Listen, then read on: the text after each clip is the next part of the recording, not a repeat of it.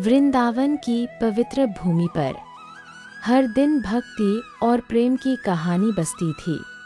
वहाँ के लोग हर साल देवराज इंद्र की पूजा करते थे, क्योंकि उन्हें लगता था कि इंद्र ही वर्षा करके उनका जीवन चलाते हैं।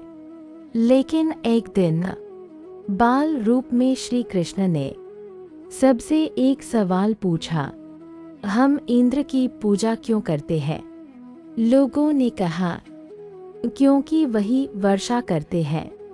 तब कृष्ण मुस्कुराए और बोले, वर्षा तो प्रकृति का नियम है और हमारी असली रक्षा गोवर्धन पर्वत करता है। उन्होंने समझाया कि गोवर्धन हमें घास, जल और हमारी गायों के लिए भोजन देता है, इसलिए हमें इंद्र नहीं, गोवर्धन की पूजा करनी चाहिए। सभी लोगों को कृष्ण की बात सही लगी और उन्होंने गोवर्धन पूजा शुरू कर दी। जब इंद्र को ये पता चला तो वे बहुत क्रोधित हो गए। उन्होंने गुस्से में भयंकर वर्षा शुरू कर दी। आकाश में बिजली चमकने लगी, तूफान आने लगा और पूरा वृंदावन डूबने लगा। लोग घबरा गए, गायें कांपने लगी और सभी कृष्ण के पास दौड़े। तब श्री कृष्ण ने अपनी छोटी उंगली पर गोवर्धन पर्वत उठा लिया।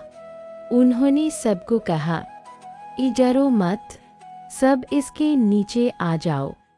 सभी ग्वाल बाल गाय और वृंदावनवासी पर्वत के नीचे सुरक्षित हो गए। 7 दिनों तक लगातार वर्षा होती रही, लेकिन किसी को कुछ नहीं हुआ। कृष्ण मुस्कुराते हुए पर्वत उठाए खड़े रहे। आखिरकार इंद्र को अपनी गलती का एहसास हुआ। वे कृष्ण के पास आए और सिर झुकाकर क्षमा मांगी। कृष्ण ने उन्हें क्षमा कर दिया और वर्षा भी रुक गई।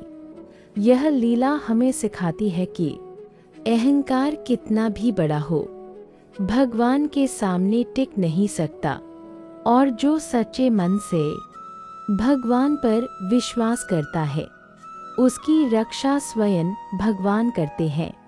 यह गोवर्धन पूजा की लीला सिर्फ एक कहानी नहीं, बल्कि जीवन को समझने का एक तरीका है।